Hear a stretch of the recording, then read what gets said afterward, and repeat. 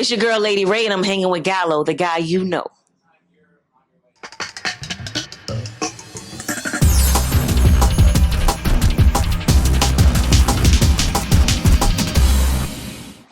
What's up? It's Nick Gallo, the guy you know. I'm here with the beautiful, the talented, someone I've been a fan of since I was young, Miss Lady Wray, aka Nicole Wray. Nick, it's been a Right? long time coming, but I know a change gonna come. Yes, it better. It's about time, right? Right? We've been fighting for this moment. Right? Yes. But first, I want to ask you, just how are you? How are you doing outside of all, your work? I can't complain. I feel like I'm beautiful. In my spirit, I feel blessed and very comfortable with who I am right now. And I'm just blessed. I'm Love that. very great. I love to hear that because, you never know what someone's just going through. So I'm happy you're doing well. Thank you. Just outside of, the entertainment business. Yes. Because Thank we're all you. human. Yes. And the entertainment business is the entertainment business. It's the business. Where's the entertainment? It's just all business. Exactly. That's all they want. Yeah. They want no human. No, it's all right. machine. All machine. Go, yeah. go, It's like, go. they're trying to put me out of business. I ain't come this far. Right? Exactly. You got to keep going. Yeah. I'm going to keep going. Yeah. But I want to ask you first, the CoverGirl tour just began. You're 4 dates in. U.S. leg. How does it feel so far? I know you warmed up in Europe, but now this is with the album officially out. How's it been so far, and how have you been taking it all in? I'm just excited to be able to push this labor of love out to the US. I love London. I love UK. I just love my international people. They love me. They show me so much love, but it's nothing like being at home. You know what I mean? Yep. Being at home on solid ground, base. I mean, it just feels great to be able to play the songs, with my friends that worked on albums in the past with me. I'm working with some guys in my band tonight that's played on albums in the past. So it's great to just be home. I live right here in Illinois now. So, and I'm playing Chicago tonight. So it's just beautiful. It's just beautiful to be here and to just share my gift and share these songs with the world. I love that. In the US. Right? In the US. Yes. Well, I want to ask you first, though, too. The CoverGirl cover art. You got to tell me the inspiration. Because I love it. I just love that you are bold with it. You don't kind of, stick to what the basics are. You think out of the box. I love that about you. How'd you get that inspiration for the cover? I think the cover for CoverGirl was pretty organic. I think with my wild ideas and bringing a wild team that's eccentric as myself, I think we were really going for like blooming. Just I'm still blooming. That's the theme. Just blooming, electric, fun, eccentric. Outside of the box, like you said. Yes. We just wanted a ton of color because I felt like for this album, I just wanted it to just be a ton of color. I mean, the last album, Piece of Me, was very bold. It was very intimate, and it was very like my heart on my sleeves. You know, I was pregnant with my daughter, and I didn't know if I could endure or what was going to happen with the songs, if I was going to live up to, to do a new album and to make it like, fresh. But I just feel like this album is more like laid back. It's more fun. I'm bringing my church roots. Yes. And what I really wanted to do for a long time in my career, wanted to just bring that gospel, that gospel roots that I've always had as a kid. So, and then the color is just me. A lot of people, I did an interview and the lady said, she says, I'm listening to your songs of the past and your last album. She says your style, you're so fun, but I don't see the resemblance of your music and your style. I said, well, you don't know me. And she said, but it's bold. I love it that your music is so strong, but then you come with this pop of color. And I said, that's always been me. Sometimes you get kind of like drowned out by the noise and everybody else. I was always like a muse to everybody else. Coming up, I started fairly young. I started fairly young. And so I think now I'm coming into my own, and I just feel like I just want to just let my hair down and have fun and sing songs that people can sing for years to come and be relatable. Yes. I just want to just sing songs that heal and people can understand where I'm coming from because we're coming from the same place. Yes. And that's another thing I love that you can do now in this industry. Back in the beginning, you had to do what the label said. You had to do Mm, what the management said, what the mm, PR said, what mm-hmm, your A&R said. Like, you had to mm-hmm. listen to everyone. Everyone's kind of like a puppet in a Right, way, a puppet. unfortunately, but that's just the way it was. Mm-hmm. But how does it feel having that freedom to create the music you want to create the cover art you want to create, do the shows you want to do, and not have to do a TV appearance you don't want to do, you know? Mm-hmm, mm-hmm. I feel like all of that time, it really equals out to being a bad bitch. Mhm. You know, that's really what a Yeah. bad bitch, a boss bitch, a bad bitch. Hmm. Not saying like you got to be sexy. It's a boss bitch, a bad bitch in the mental state that Yes. to know that you are in control. Nobody's in control of you. You're not a puppet. You're not a muse. You are you. And I feel like sometimes you got to go through this journey. And Yep. I had this crazy, wild journey. I started in 1998 with Missy Elliott. It's And I'm crazy. here in 2025, still doing music, doing what I love, still looking great. You know what I Hmm. mean? Still having a good time. But not for anything, like I'm writing my own music today. Like Yes. back in the day, we had writers. Hmm. They would sit. I would work with Static Major, rest his Yes. soul, and it Legend. was a beautiful um year when I was working with Player Static. Missy was like, I want you to meet these guys from Derby City. They're amazing. They're friends of mine. And I remember being in high school and going to the studio and meeting Static, Player, Smokey, and Black. Oh my gosh! Like And being in in the high studio, school. and I was in high school, being in the studio with them, and I was writing poems in Yeah. my little journal, but I couldn't write a song to save my life because I had no story. I'm just a Hmm. kid, I'm Yeah, you living were with my young. mom. Hmm. She's paying my bills. I had a couple of boyfriends. Heart really wasn't broken like that, so I Yes. didn't have a story. So I remember being in the studio with Static, and he would just ask me sitting at the board. And he was like, "How was your day?" And I'm like, "Because I'll come with my book bag and I'll be Hmm. in I mean, I'm like, "This is the best days to be alive, best days." And Yes. he would ask me how I felt and what I was going through, and I would just tell him. And I'm like, he would make these songs and make Raise Your Frown. I remember telling him I had this little situation and I was just telling him how I felt in school, being in high school. And he wrote that song Raise Your Frown off the Make It Hot album. And I remember listening to the lyrics to that Hmm. song. And it was just from me just having a Just conversation with conversation. him.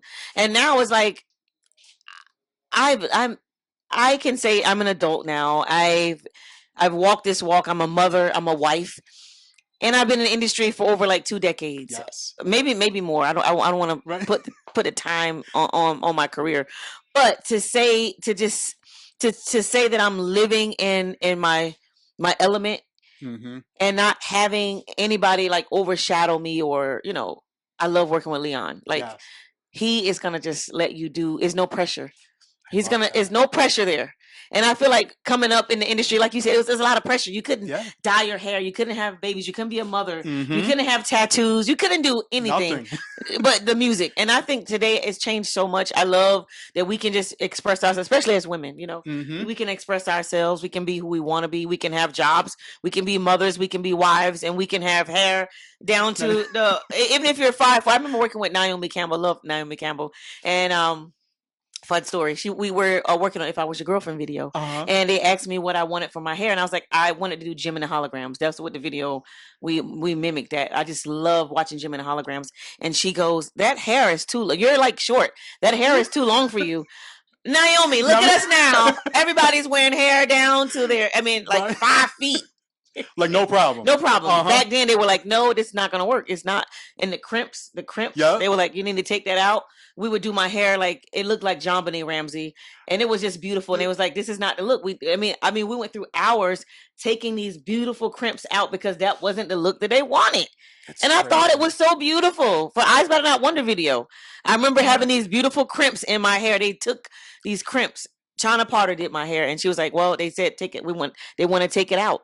Just straight. I did Soul Train. They said my hair was too long for Soul Trained. I did Soul Train many years ago. That's So time has insane. changed, and I love that we are rocking it. Women, we're owning our own, and I love that. Yes, I'm so happy for you because like just seeing your expression of music and artistry is just amazing, and just seeing your journey. Hmm. That's the thing I love, and getting to create this new project. Which song did you enjoy the most to create in the studio? And so far, which song have you enjoyed performing the most? I think the song that I enjoy performing the most in the studio is probably "Calm." Is the last song on the album, yes. and I dedicate that song to my late father-in-law, Todd Evans McCoat. And I like that the song starts out like really quiet and very beautiful, and then at the end it's just a rejoicing, because I think when I wrote that song, I felt like he was talking to me to let me know, to let everybody else know he's okay, he's all right, he's with the Lord. And those words just came to me the night that we found out he passed, and I was just in a, it was loud, and then it got really calm, and that's why I called it, the calm. The perfect title. Mm-hmm, mm-hmm. Yes, my two tracks, Cover Girl and Time. And Time is my favorite to perform, and I will be performing it tonight. Oh yes, I lose my voice every time I sing that chorus on that song, and I don't even care. Can you?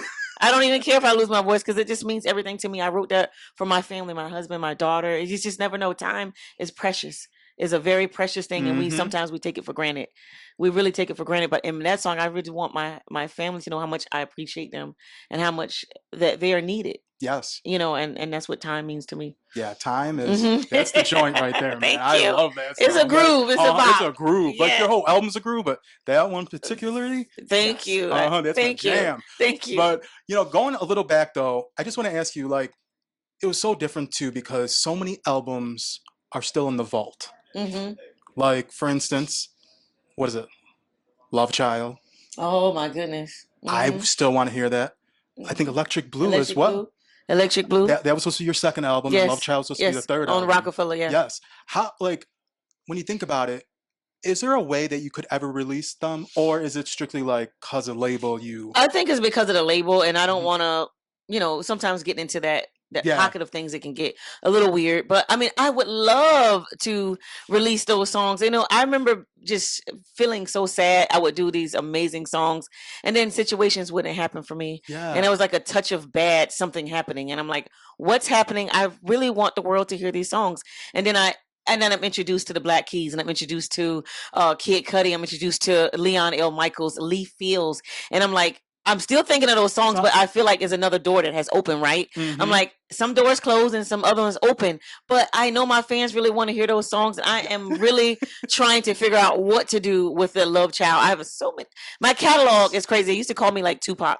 Oh, I know. Like, I'm a lab rat in the studio. Like, I just love being in the studio and creating and writing, and it's just a beautiful thing. And I have all of these songs that's in my laptop on the old school CD DATs. I have so many songs that have not even people know, and some of them are on the internet, but some of them have leaked. But I mean, there are I hold the keys, and I'm gonna figure it out. I'm gonna figure it out. I love that because I feel like those are forbidden music treasures. We haven't, we only had the single. That's it, and then. Yeah, I know. I think Nas did something like Lost Tapes or something like that. I think I think that would be amazing to just have management talk to the who's who, and let's get this music out. Yeah, we should. I think we should. Definitely. And another thing that's so crazy, a lot of people don't realize this. You were the first lady of the rock. Before Tierra Marie, before Rihanna, before Emil, it was Nicole Wray. How did that feel, like having that title? Because I remember seeing the promo for If I Was Your Girlfriend and like forthcoming album Love Child. How did that feel just having, and it was a new sound, which I loved. You were experimenting. I was so fresh and I was young, and I feel like I remember one night in Virginia, I was kind of down and out. I was out. Everybody, we were talking about this earlier, being in Virginia, everybody left. I was like kind of like the only celebrity still there, like just going to the stores and going, and I was like, I gotta get out of here, and I just felt like I needed to go to New York, and I left and I went to New York. And I remember one night at my sister's house seeing Rockefeller, a video. It was all the rappers, and I kind of manifested it. I was like, I want to be signed to this label, but I never seen like singers. I remember they had Emil, she was a rapper. They had like it was all hip hop. It was all hip hop. It was no singers. It was. And I said, I took a trip to New York, and I don't think I came back to Virginia. I just was in New York for a while, and I met a young lady. She took me over to Rockefeller. She was like, I know some people over there, blah, blah, blah. One thing led to the next, and I got a deal. I met Damon Dash, and he was like, I heard you like go hard in the studio, and I'm hearing your songs and I like it. And I was like, okay. So I'm getting excited because I mean, this is off the Missy. This is off of That's what I'm Missy saying. and You already Timberland. had. I already had, Mhm. and Damon was asking me. He said, "So you were signed to Missy Elliott?" And I was like, "Yeah." He says, "It's gonna be different over here. We got you over We here." got. And I was like, I just felt like they just took me in like Uh-huh. a boy, you Uh-huh. know, like we got you. They Yeah. like hugged me up and dapped me up, and I was like, okay, this is great. I felt like I felt like a part of a team and not left out. And they took care of me. I toured, went overseas with all the rappers. We had a great time. We started working on some albums. I worked on some music with one of the producers, Bula, and Mhm. Tone Hooker was doing a lot of writing. And we would go out and just go to the clubs, Bungalow 8. We were hanging out with Samantha Ronson, Charlotte Ronson. Oh, It the was a time greats. to be, you know, Yeah. it was a place to be, you know, what a time to be alive back then, you know. And I was just giving all that I can give. Yeah. I was in my element. I was young, and just ready, and just so ready to Yeah. just Well, do that's it. one thing I love that you did. Like, you went from Missy and Tim to Rockefeller. Right. Like, Who does that? yeah, like who could do that? And you did that so perfectly, and there was no hate, which I love. It Right. was all It was love. all love. That's All what I love. love about it, and it Right. was no like. That's one thing I really appreciated about it. So Mm-hmm. I always give you That's props the for that fighter in me. because I was like, I'm not.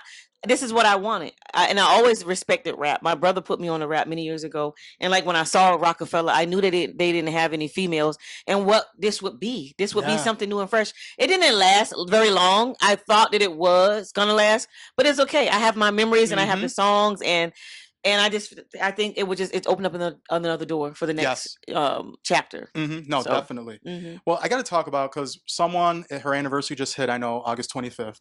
Aaliyah. I Mm-hmm. know you were Oh, always with Aaliyah, baby girl. oh, baby Right? girl. You know what I'm Yeah, the saying? first baby girl. Right. I want to ask you, what's a memory that you have? I guess that you just kind of keep not private, but something like just you and her. You just seen with her because I mean, you got to have her in your Make It Hot video. I Oh my mean, God. I remember Missy saying, you need to go and let them know that you're thankful for them being here. And I was like, oh my God, Missy, you got right? Aaliyah here. I mean, I grew up on Aaliyah. Like she was Yeah. out way before I came out. I remember she was working with R. Kelly and Mm-hmm. doing some songs back then. This is when I was in Virginia. I was doing like talent shows and stuff. So when I finally met her that day on the Make It Hot set, it was just, she was so cool. She was so laid back. And then we went on to tour. We were all laugh all the time, be Oh, at the bar getting drinks. oh, No, we were like just getting started drinking and having a yeah. good time and talking backstage and getting warmed up. And she's like, "You ready?" I'm like, "I'm ready." So I mean, I have so many great memories. I remember when I first met her. I remember asking her. I think she was with Quincy Jones' daughter that was dating Tupac, but I did not Yeah, no, know. And she had a picture of Tupac, and I was like, "You know Tupac?" She's like, "Yeah, I no, know no. Tupac." And I just remember like, wow, that was a dumb moment. I mean, I Uh-huh. didn't know, but they were like so cool. They were like so cool. But yeah, it was amazing. It was Yeah, amazing time. It was amazing time. It was all of us having a good time. I love that. Right? Always having a good, always laughing. Missy always laughing and joking, and we always had a good time. And I'm happy you have like social media wasn't around. You have those memories with each. You didn't have to worry about, because I Mm-hmm. can't imagine it back in the day with social media today. I went, Well, oh Lord, I yeah. say no phones. No phones. No, Yeah, no phones. we had phones, but I don't remember even No, taking we a just picture. I don't no, we just called we people. just That's called it. people. We wasn't like let's do the selfie. Yeah. It was so many great memories. I remember we were all tight all the time, I all the love that. I time love y'all together. bond you Mm-hmm. all had. Mm-hmm. And that's what I want to know though. Like when you first began getting signed with Missy, did you realize like you said you were young. Mm-hmm. Did you realize like, yo, I'm with because Missy was still like starting. You know what I'm Mm-hmm. saying? Like she was known, but still and Tim too. Mm-hmm. Mm-hmm. Timbaland, Magoo. I mean, Mm-hmm. oh my God. I mean, how Mm-hmm. did you realize like what you were a part of, like the magnitude? Because it was a I did moment. not. You know what? I did not realize because I um started before all the hype started with them. Mm-hmm. Missy met me at my house in my living room. Insane. She came to my brother met Missy first at a high school talent show, and she saw them perform. My brother's a singer. He was singing with a group, and she goes, "You guys sound good, but I'm looking for a girl singer." And he was like, "Well, my sister can sing." Uh-huh. And he gave her our landline, The you know, landline, the the little house land, the phone. house phone. And I remember I was at work, my friends, and my mom called me. She's like, I had a pager, and I call her back. She says, a girl over here, and her name is Missy. She wants to meet you, blah, blah, blah. And so I remember walking through, we made like this cut path. It was like a dirt path. And I'm walking through the path. This is like early 90s. Yeah. And I'm like, I get in the house and she's there. She got her magazine. She's showing me her in the magazine. She's like, I'm Missy. She's telling me everybody that she works with. And I'm like, she said, can you sing something for me? And I sung Weak by SWV. I get so, oh my God. She was like, you remind me of a young Mary. And my mom was in the kitchen and she was like, well, if you take Nicole, make sure she's okay and take care of her. And from that moment, she was like, she took me everywhere. My mom was letting her drive the car. We was going to Jersey. We was in New York. We were everywhere. She was still young. She was like early 20s. Yeah. And I was a young teen. Not even 16. I think I was 15, about to turn 16. What a time to be alive. And witness the greatness. And one thing I hope, this is one thing I pray happens, and it don't be a tour, just a show, or maybe like 2 shows. Right. I want to call it the Protege Tour. You, Little Mo, and Tweet. Oh, like you don't forget Gina Thompson. Oh yeah, Gina Thompson. Woo! Oh yeah, Gina Thompson, because she was with you, her, and Mo were the first, and then Tweet came right after. Yes, and Gina Thompson. If y'all 4 could do like a show or 2 and call it the Proteges Tour, I think. Tell Missy. Right? Yeah, and Missy could be the MC of it. Yeah, it would be a beautiful thing that we all come together and get our flowers while we're still here. And these are all killing it still. Yeah, you know what I'm saying? Like, still doing things. We're all still doing great. Yeah. Yes, I hope it comes into fruition. It will. Some way, somehow. We're manifesting it right now. Right? Yeah, right. Missy? Yes. I'm coming. We're going to tell you. Yeah. I want to ask you, though, like you stated, you've been in this industry. You know the game. You've seen the highs and the lows.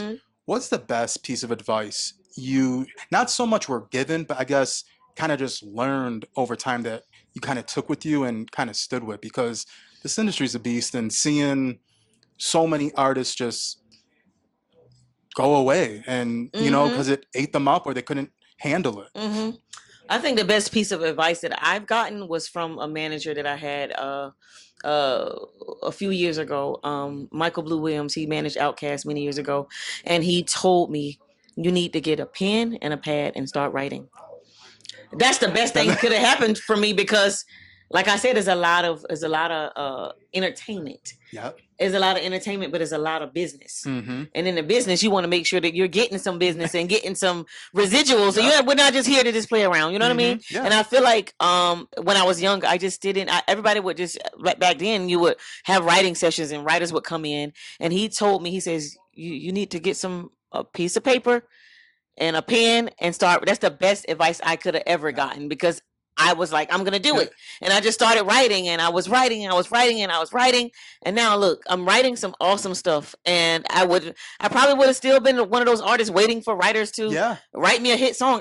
You don't know me to write me a hit song. I know me. And I'm going to ooze out everything that you would love to just imagine.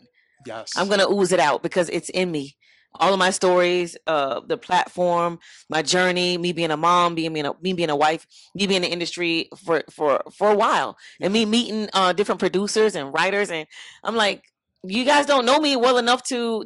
I mean, I like I was telling you, Static. Like, I was young, I could tell them but now it's just like I could tell you, but are you really gonna? Am I gonna really accept that line that you're writing? I don't know if I like that line. That ain't what So I think that was the best piece of advice, and my advice. Yeah. This is my advice to other artists. When one door closes, don't be shattered. Don't be shattered, because that one door, it did open. Yeah. And it might close, but guess what? Another one is going to open, and you just walk right on through that one. And some doors that are closed are meant to be closed. They're meant to be closed. They are meant to be closed. Yep. I didn't understand that when I was young. I did not.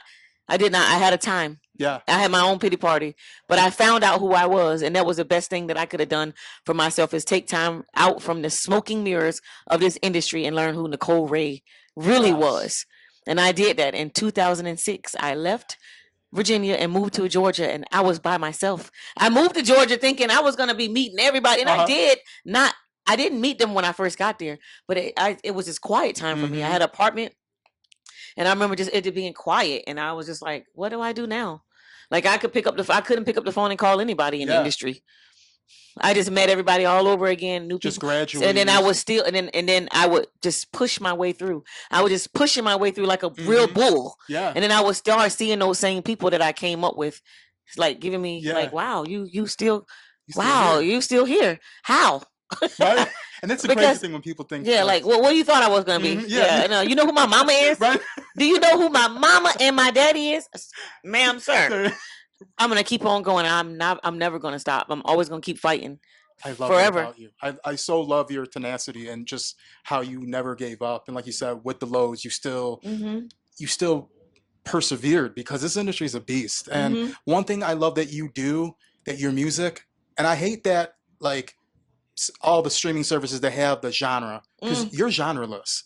I love that about you. You have everything. Yeah. And it's not a perfect, it's not R&B, it's not pop, it's not blues, it's not alternative. It's just Lady Wray, Nicole Wray. Oh, thank you. You know what I'm saying? I thank love that you. about you, that you don't box yourself in and you I keep cannot. exploring. I cannot. What is out there because there's no genre anymore. There's like, not. It's not. It's just music. You gotta pull from other planets. Yes. That's what I'm pulling from. I'm singing for other planets that we may one day find some other planet.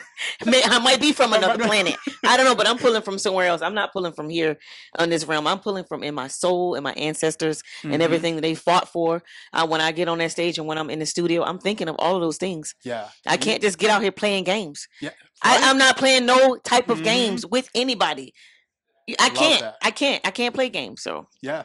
Well, my last two questions, because I know you got a show. Yeah. You about to kill that stage. I know it. I want to ask you, how is it performing in Europe? Because Europe is a different beast, and I feel like I don't want to let y'all down. Being US. home, but the love that European fans and the devotion they have for artists is something I've never seen. Until I witness it out in Europe, going to a show. I feel like they know the journey of the artist. I feel like they are soul ties to soul music, R&B music. I think they live, eat, breathe, and sleep soul music. And I think when they grab hold onto you, they're not going to let go. You're a gem to them. And I wish that we can do more like that here in the States.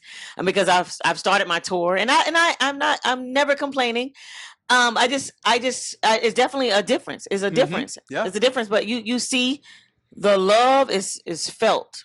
You feel it. You feel it. And I feel it here, but I feel it more. I feel it more there. I really do. Yeah, I agree with you there. I feel it more there. Well, my last question and one statement I want to tell you. Thank you, though, for making physical copies and merch. Because I like my merch. I like my vinyls. Give me my CD. Give me a cassette. Give me a promo poster. I don't care what it is. I like something tangible to touch and hold. I miss that. I miss my Virgin Megastore and Tower Records. Oh, my Tower Sam Records. Goody Yes. All those are the great. The great. Remember, you used to go in there and used to sign all headphones on, and listen, and autograph signings. I remember doing that. Like, thank you for just making physical copies of things because thank you. I'm trying to get better. I'm getting better. Thank you. You're doing good. I feel like you never really did a bad job. Thank you. Thank you. Because a lot of artists, I'm like, where's the physical copy? We need something. But finally, it's crazy. We're almost at the end of 2025. Which I feel like 2025 just began, but I don't know what's happening. Right? What's the plans for the rest of the year, and what's something on your bucket list? Babies, more babies. No. No, I would like to have another baby. I really do. My daughter wants another sibling. I'm thinking about it, but I am definitely thinking about doing more touring overseas for sure. And 2026, maybe 2027. Okay. I am definitely excited about making some more new music, some more live music, and finally trying to get and put that music out. Electric Blue, Love Child. I'm trying to. You said it, but I've been fighting to try and get those songs out to see the light of day. Yeah, labels. We need to ease up. Yeah, and I'm kind of like sliding my way into interior design and so I could see you definitely and voiceover. So I'm doing a lot of interesting things that are going to be coming your way. I love that. And more merch. I love more merch. Yeah. Well, Nicole, I want to thank you so much. This is a dream of mine to interview you in person. It's been a dream of mine since 98. I'm not gonna lie, but yeah, and good luck on the rest of the tour. Thank Stay you safe. so much. I will. I Yes. will do my best. Yes, You too. thank you. I appreciate Thank it. But you. it's Nick Gallo, Gallo, the guy you know, here with the one and only Lady Wray.